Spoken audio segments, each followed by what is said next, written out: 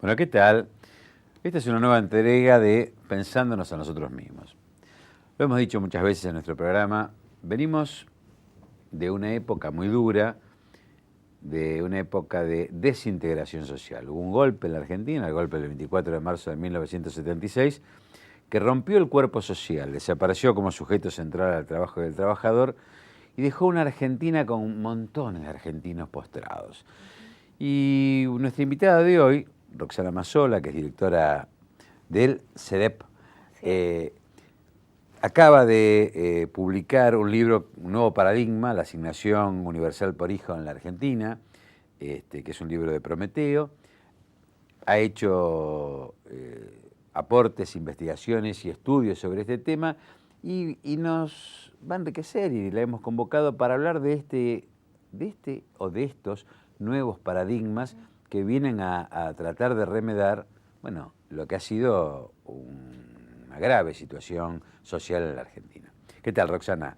Bueno, muchas gracias por la invitación. Así es, la verdad que el tema tiene que ver con cómo nos encontramos a inicios del siglo XXI en Argentina con un nuevo paradigma que sienta una toma de postura diferencial en lo que fue pasando en los últimos 100 años de nuestra historia y, como bien decís, viene a reparar derechos, por un lado, en la infancia y adolescencia en Argentina y, por otro lado, ser un posibilitador para avanzar aún más en diferentes garantías, tanto a la seguridad social, como es el caso de la asignación universal por hijo, como comenzar a trabajar sobre cuestiones que tienen que ver con los bienes y servicios públicos, con la salud, con la educación, con cuestiones que se vinculen a ir más allá también con políticas que tienen que ver con la vivienda, ¿no?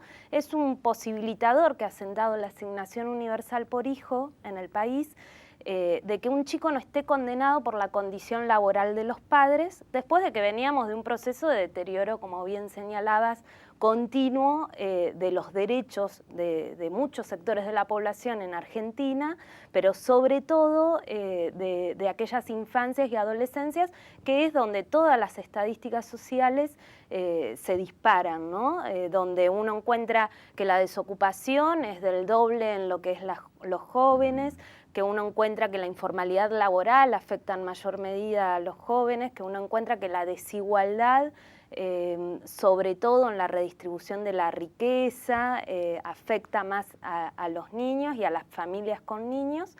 Y esto lo que hace es sentar la asignación universal por hijo, empezar a reconocer el derecho a la seguridad social que tiene todo chico desde que nace, ¿no? Donde, por un lado, esta medida es parte del sistema de asignaciones familiares de Argentina, donde aquellas que tienen un empleo formal la perciben a través del sistema tradicional que teníamos en Argentina, y aquellas que se encuentran en situación de informalidad laboral, un chico no queda condenado por esa condición del padre, sino que lo percibe a través de este sistema no contributivo de asignación universal por hijo. ¿Y qué se solicita a cambio de esto? Promover cuestiones que tienen que ver con igualdad de oportunidades en términos de asistencia escolar y controles de salud. Entonces es, por un lado, una medida redistributiva en términos de ingresos que incide sobre la desigualdad muy amplia que hay todavía presente en Argentina, y por otro lado que tiende a promover igualdad de oportunidades al promover la salud y la educación. Te hago una pregunta. Vos subrayaste recién algo que me parece que quiero destacar. Fenómeno que ocurre en la Argentina y no solo en la Argentina. A Europa le está pasando también, a otras partes del mundo también. ¿Es casualidad esta vulnerabilidad explícita en los sectores más jóvenes o es una hipoteca al futuro? Porque, digamos, lo que se viene a reparar es algo que fue abandonado casualmente o causalmente, porque justamente se ataca al sector que va a construir la sociedad que viene, ¿no? Sí, ahí hay que mirar una cuestión, digo que generalmente los sistemas de seguridad social en todo el mundo, en Argentina en particular, como en toda Europa, están generalmente vinculados a garantizar derechos de las generaciones que son empleados en situación activa y al futuro. Entonces están muy anclados generalmente hacia la tercera edad, que por un lado es importante porque son una proporción importante de la población y que genera la riqueza para producir en ese país, pero lo que no podemos olvidar que, por ejemplo, en el caso de Argentina, el 42% de la población hasta 24 años tiene hasta 24 años en el país, o sea, 4 de cada 10 argentinos tienen hasta 24 años. Y eso tiene que reflejarse en la estructura de seguridad social. No es para nada inocuo la cuestión de que los más golpeados por la desigualdad en un mundo capitalista como tenemos y que es un mercado de trabajo fuertemente excluyente, golpeen en mayor medida a estas nuevas generaciones, porque tiene que ver con aquellas generaciones que son encargadas no solo de profundizar y sostener políticas a futuro, no solo son futuro, sino que son presente hoy, claro, y que hay que tenerlas muy en cuenta en muchas de las políticas públicas y que no siempre han estado mirados como un actor con voz, que esas son algunas cuestiones de las cuales hay que ir modificando, ¿no? Generalmente uno, por ejemplo, hay medidas que son parte de este nuevo paradigma. Cuando yo digo estamos ante un nuevo paradigma en infancia y adolescencia, tiene que ver que hay un dispositivo de un conjunto de medidas, que no es solo la asignación universal por hijo. Es el caso del voto a los 16, empezar a considerar que los chicos puedan emitir su opinión es incidir con medidas redistributivas también, porque la distribución no termina solo en pisos de ingresos, sino que eso es el comienzo, digo, tiene que ver con cómo uno puede a esos sectores organizarlos y que participen en instancias de representación de poder, si no lo que tenés es siempre una fuerte concentración oligopólica en este mundo que te decía que es caracterizado por un capitalismo excluyente. Entonces, comenzar a dar prioridad y a considerar las voces de las juventudes, claramente entra en disputa con un modelo muy conservador de un statu quo, ¿no? Que diríamos, que son generalmente miradas, enfoques que se tienen sobre la realidad desde la cuestión de un sistema educativo muy tradicional que se puede tener, donde no se considera la mirada de los jóvenes y la cuestión interactiva en los procesos actuales que tenemos hoy, y parte de la agenda distributiva, cuando uno habla de esto, es considerar las miradas de todos los grupos de población que uno tiene. Son aquellas mujeres que trabajan y sostienen los hogares muchas veces, son aquellos jóvenes y niños que son los más vapuleados por la desigualdad en el contexto de un mundo claramente injusto que generalmente presta atención a determinados grupos poblacionales y garantiza derechos no a todos los sectores de la población. Entonces, tender a incidir sobre políticas que sean más amplias es un primer paso. A ver, Roxana, comparto esto del primer paso y, a ver, para la audiencia, un par de cosas. Una es que la seguridad social en Argentina nace hace muy poco tiempo, a mediados del siglo pasado, digamos. No había seguridad social antes. Y es más, el derecho al trabajo también nace en Argentina a mediados del siglo pasado, 1945, esa época.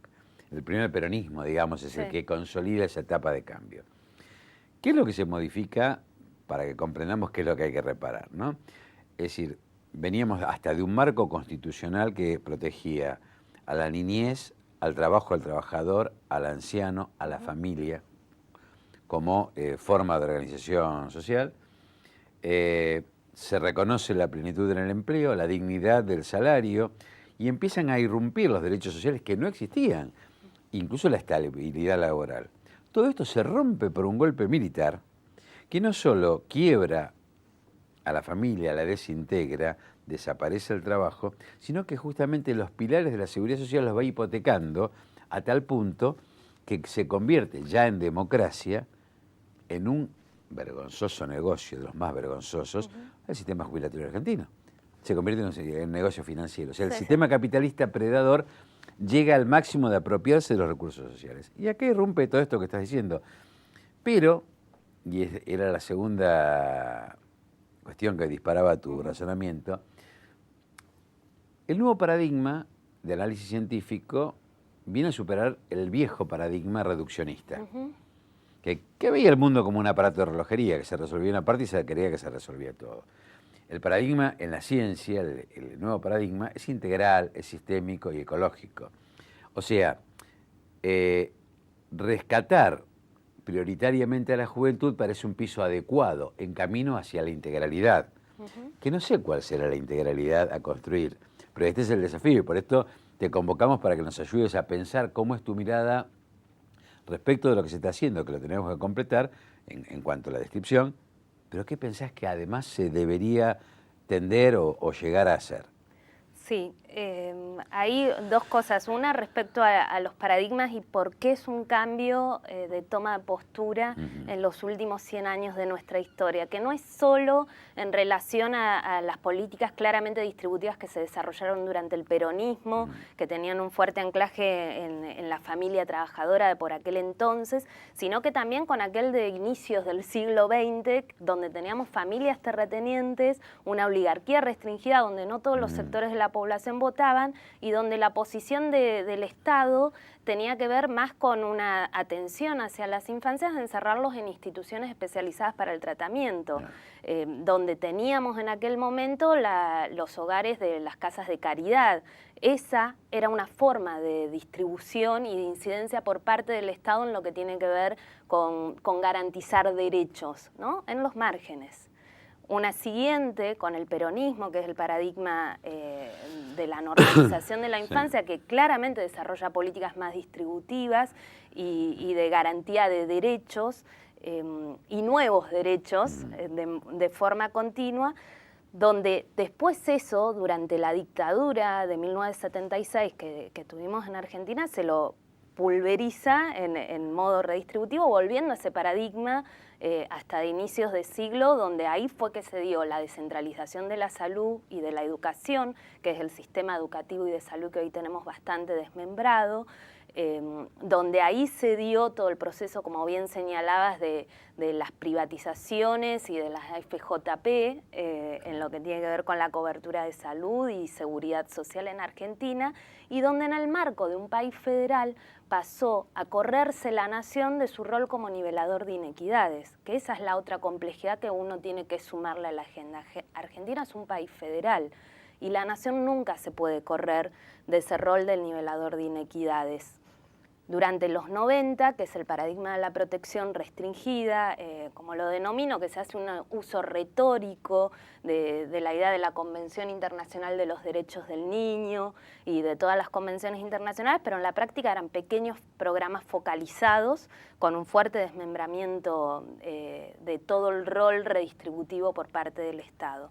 Este nuevo paradigma lo que hace es venir a sentar un conjunto de medidas que es la asignación universal por hijo, un programa como Conectar Igualdad, donde comienza a tratar de garantizar la alfabetización digital, nuevas leyes que se han ido sancionando, como las que tienen que ver con el trabajo infantil, vinculadas a la penalización de aquellos que realizan explotación por parte de los niños, políticas como la nueva Ley Educativa Nacional, el piso de financiamiento educativo que se sentó en el país, por sobre todo la recuperación del empleo, ¿no?, como generador de inclusión, acompañando este proceso, más un proceso de integración regional que se viene haciendo y el desendeudamiento externo. Esto lo que sienta es, a través de estas medidas que se fueron haciendo, es un rol fuerte de la nación, nivelando iniquidades en un país federal, porque no es lo mismo estar en el sur del país, o en el conurbano bonaerense, o en una barriada, en una villa en Carcova, ¿no?,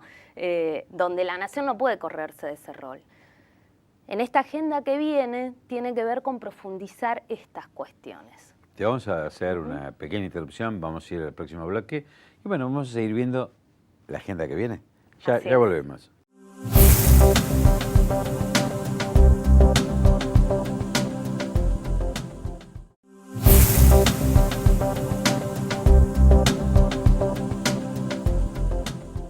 Bueno, seguimos pensándonos a nosotros mismos. Estamos con Roxana Mazzola y hablando del nuevo paradigma, Roxana. Es decir, a mí me parece apasionante porque generalmente suele haber o ha habido en la Argentina cierta resistencia a políticas sociales que tienen que ver con beneficiar a los sectores más postergados. En Argentina y en el mundo, ¿no?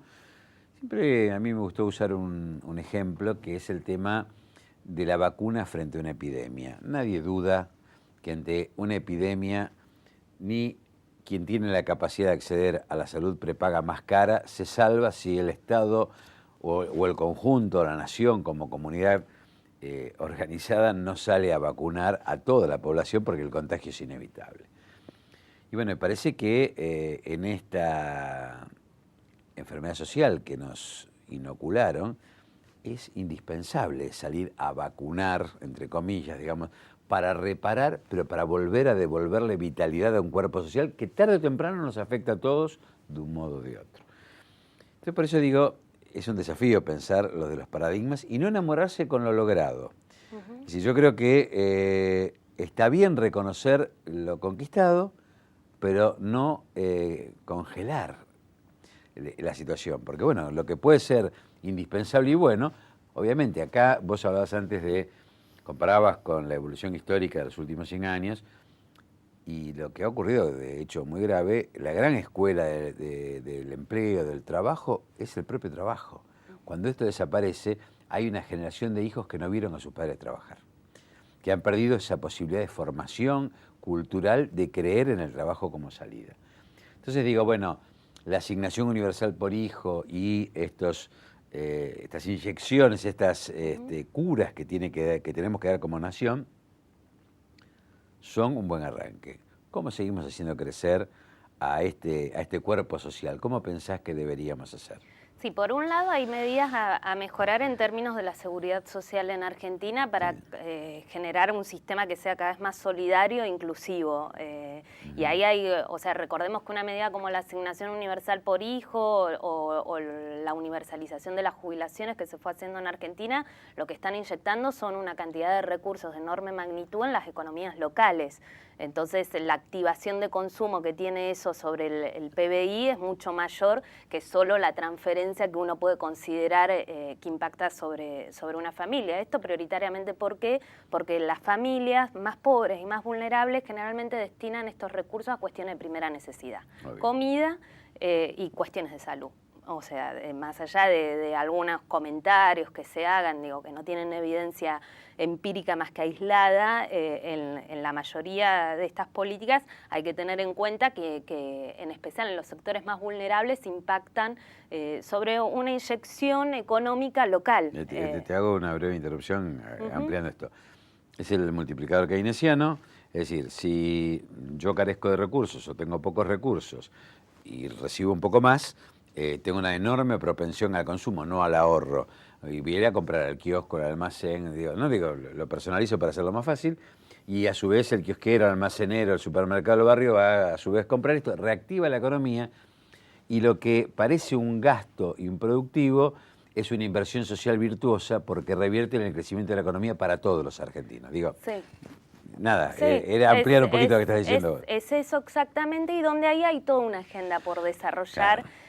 A considerar que no tiene que ver solo con la conexión del país en términos internacionales, sino toda una activación que se puede hacer en términos locales. Ejemplos muy concretos. A raíz de las medidas como la asignación universal por hijo, muchos hogares están pudiendo comprar en cuotas una heladera, un celular o un televisor, las zapatillas, donde como estos hogares a menudo no tienen acceso a una tarjeta de crédito, muchas veces terminan yendo, pero tienen la oportunidad de hoy por hoy recibir todos los meses este pago, cosa que no pasaba con los planes de los 90. Recordemos que eran programas, que eran planes sociales asistenciales, que quedaban congelados su monto. Estos han tenido una actualización, la última ha sido del 40% en el caso de la asignación, porque siempre se vincula al monto de los trabajadores formales. Entonces eso permite que sea superador, más allá que todavía tiene por mejorar en términos de montos. Pero hay muchos hogares donde hoy por hoy en las barriadas uno puede ver cómo los créditos blandos muchas veces se los están deudando, y ahí el Estado tiene que ir accionando sobre políticas mismas que va desarrollando con nuevas políticas. Y no permitiendo, como ha sido en el caso Argenta, que es una tarjeta para jubilados para que puedan comprar productos, tener una tarjeta de crédito para los hogares más vulnerables, donde no se los esté metiendo en situaciones de morosidad. y donde este mismo recurso que está invirtiendo el Estado esté orientándolo también el Estado en su destino para que no se la explote a la gente, porque después se recrean sobre muchas políticas públicas que se van haciendo nuevos mecanismos de explotación o de lucro, ¿no? Te interrumpo un segundo. Es tan así lo que decís que está demostrado, sobre todo con el tema de los bancos sociales que fueron desarrollados, Juniors y demás, que la tasa de recupero del prestado, del dinero prestado, es del 90 y pico %. No hay casi morosidad, casi no hay incumplimiento en los sectores más vulnerables. Es como la vieja palabra que vuelve a valer en los sectores que menos tienen. Sí hay que protegerlos de la usura. Exacto.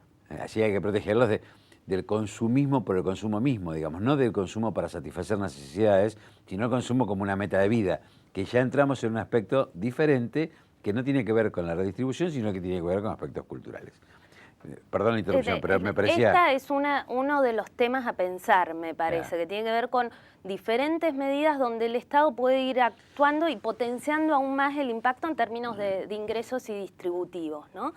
Y otra tiene que ver, que es muy básica, que es necesitamos servicios de cuidados en la primera infancia y para la tercera edad. Nosotros necesitamos universalizar el jardín de infantes y que todos los chicos puedan tener acceso a estos servicios y todo lo que implica también como medida esto en activación de generación de empleo también, pensarlo de ese modo. Una, por un lado, porque no solo tiene que ver con impactar sobre aquellos sectores más vulnerables que son las primeras infancias, sino porque gran parte de las mujeres trabajan en Argentina y son las que sostienen muchas veces los hogares en esta transformación de las familias que tenemos. Tenemos un tercio de hogares con jefatura de hogar femenina, tenemos que amplia proporción de las mujeres trabajan y eso incide en las condiciones de informalidad que muchas veces se insertan las mujeres, porque al tener que también tener los cuidados a cargo del hogar, donde no siempre hay una parentalidad compartida entre todos los miembros y demás,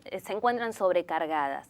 Entonces, hacer una política de servicios de cuidado en la primera infancia, de jardines universales, en Argentina es parte de la agenda que viene, es una agenda federal. Vos fíjate qué interesante. Un médico sanitarista, Fernando Ballone, escribió un libro sobre el amamantamiento, ¿no? Es decir, describía distintas etapas donde en algún momento se estipuló el amamantamiento cada 4 horas simplemente por razones productivas, para que la madre no interrumpa la producción en la fábrica. Bueno, hoy se habla del amamantamiento a demanda, digo, la medicina va descubriendo cuáles son los verdaderos caminos. Un problema que tenemos con las madres trabajadoras son los hijos, es decir, justamente la ausencia de suficiente contención de jardines próximos al lugar de trabajo para que la madre pueda amamantar al hijo, trabajar, y no pensarlo desde el punto de vista productivo, porque desde el punto de vista productivo y desde el punto de vista capitalista, esto tiene un costo. Veamos como sociedad cómo se resuelve, pero también tiene un costo social, no económico, que es parte del paradigma del modelo a analizar. ¿Cómo se logra dar este tipo de contención justamente como para que, bueno, la realidad que es la mujer inserta en el mundo del trabajo no altere la realidad biológica que es ser madre, y la realidad del amamantamiento, que es insustituible? Bueno, esto es parte también de respuestas que son no necesariamente económicas, sino que tienen que ver con formas de organización social que las deberíamos pensar como sociedad, ¿no? Sí, totalmente. Y después pensando que tenemos en estos contextos de amplia desigualdad que todavía están presentes. Argentina mejoró mucho en redistribución de la riqueza. Sí. Es uno de los pocos países de América Latina que ha reducido lo que tiene que ver con la desigualdad. Todavía es gigante. Calculemos que el 20% de la población más rica se lleva el 46% de la torta, mientras el 20% más pobre se está llevando un 5% de la torta. O sea, todavía es gigante, pero pensemos cuántos chicos se concentran en ese 50% de la torta que se lleva un 20% de la población. Es 1 de cada 10 chicos hasta 18 años en el país. Mientras en contraste en ese 20% más pobre, que se apropia menos de un 5% de la riqueza, hasta 3 de cada 10 chicos, y si nosotros consideramos el 40% más pobre de Argentina, están 6 de cada 10 chicos hasta 18 años. Entonces, tenemos dobles transiciones familiares, donde aquellas mujeres que logran trabajar, insertarse, desarrollarse profesionalmente, están retrasando la maternidad. Cada vez tienen menos hijos, son familias más pequeñas, mientras en los sectores populares sigue estando la maternidad como un rol fuerte de protagonismo y de identidad.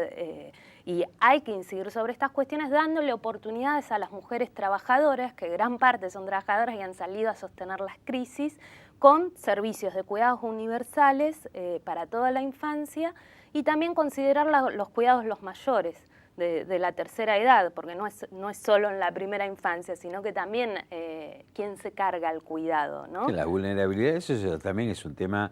Vos fíjate que el tema del cuidado de la tercera edad o de la atención de salud de una tercera edad tiene varias aristas. Uno es el encarecimiento, cuando son sistemas prepagos, a mayor edad, mayor riesgo, más caro desde el punto de vista del costo de la prestación de salud, o peor servicio.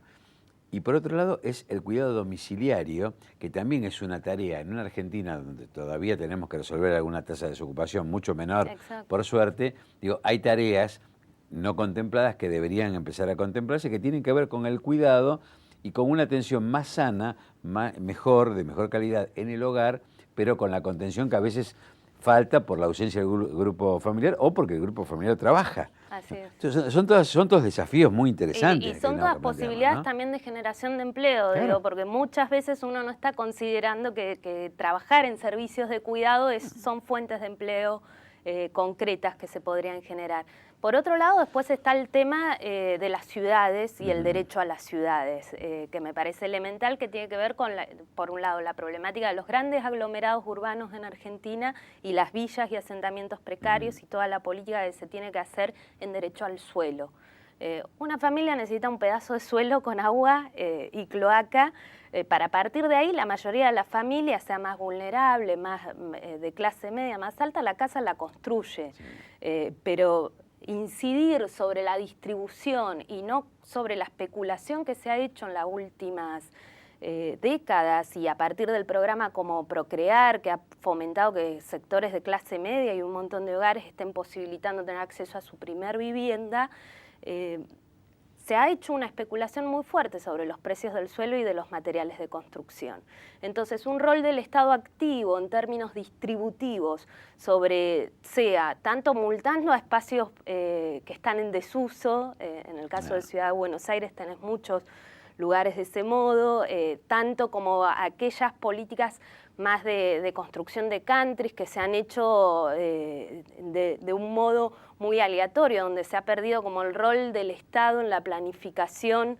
Planifica el mercado, en realidad, planifica el negocio. Dirige el mercado, el derecho a la ciudad. Sí, sí. Y ahí tenemos que modificar esa pauta. O sea, hay muchísimos temas de agenda que posibilitan plantearlo y pensarlo cuando está la panza llena, ¿no? Además, te lo cuento como propuesta de desafío, digamos, para seguir profundizando quizás en otro programa.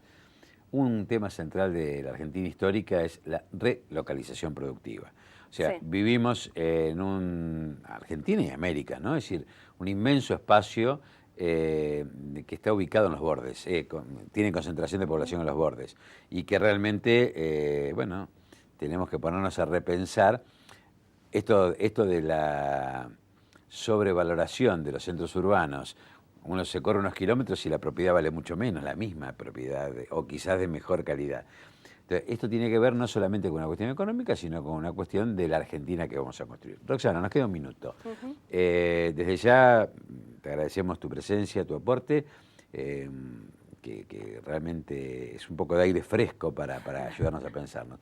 ¿Qué nos dirías como cierre de esta, esperemos, tu primer presentación en Pensándonos a nosotros mismos? No, que me parece sumamente importante que hayan espacios donde se debatan estas cuestiones y donde todos los argentinos nos comprometamos en pensar en esta agenda, pensando en un momento de contexto político donde el año próximo se tienen que elegir autoridades nuevamente en Argentina. Uno tiene que tener muy presente cuáles son aquellas agendas más distributivas que tienen que ver con generar una Argentina más inclusiva, y aquellas agendas donde uno ve que están bastante vacías de contenido. Me parece que estas cuestiones decisiones no quedan solo en la academia, sino que tienen repercusiones muy concretas en la vida de millones de argentinos, y el compromiso es necesario de todos para pensar, formarnos, poder discutir de estos temas, para el momento de tomar decisiones saber dónde estamos participando, ¿no? Lo que está proponiendo es que seamos artífices de nuestro propio destino. Así es. Roxana Mazzola, muchas gracias y bueno, y a la audiencia nos vemos próximamente en otra entrega de Pensándonos a nosotros mismos.